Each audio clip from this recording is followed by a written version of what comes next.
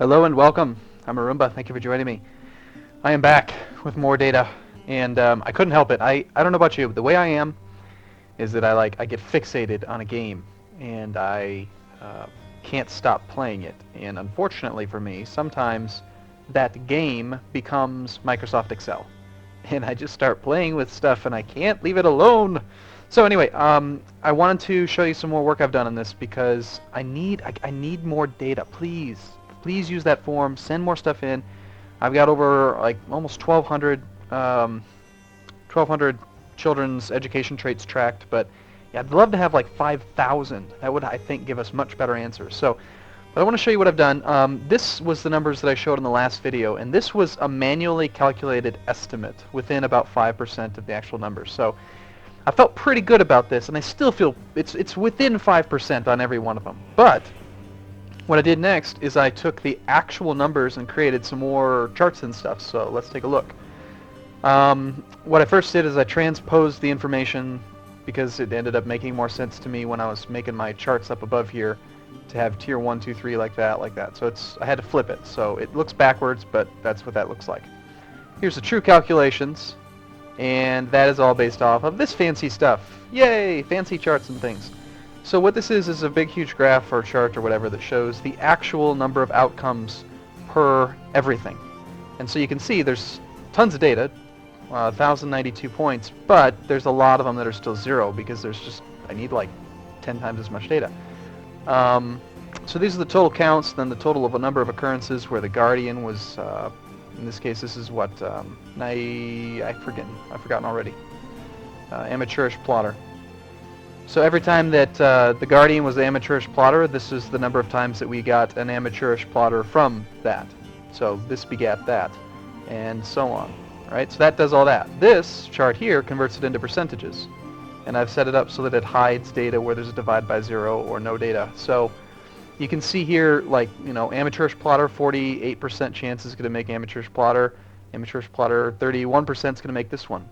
Now further down is the tier count. So this gets rid of the 5 separate education trees and combines all the data together. And it was one hell of a weird-ass formula, but I spent a lot of time on it. And I know if you're an Excel person, you're probably going to be like, Arumba, you're a retard. There's a much easier way to do it. But it's my game. I play with it, and I solve the equation, I solve the problem in the way that I know how. And if there is an easier way, please tell me so I can learn. But at the same time, it works. So don't be mean to me. Anyway, so this is the total number of Tier 1 educations, so 1, 5, 9, 13, and 17, that begat a Tier 1 education. And and this is important, it had to be the proper Tier 1 education, not just any Tier 1 education, because that wouldn't take into consideration the off educations, right? So there was 173 examples of that, 83 of that, 20 blah blah blah. And then this takes all of that into consideration, and this is the actual automatic calculation of education events based on data.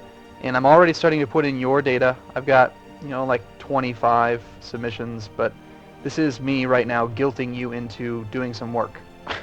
So in the video description, I'm going to put two things. I'm going to put a link to the form you can use to submit data to me. And I'm also going to put a link to the save file that you can manipulate to your liking if you want to help me. So let me give you an example of what that's going to look like. So if you want to go to, I called it Experiment 1.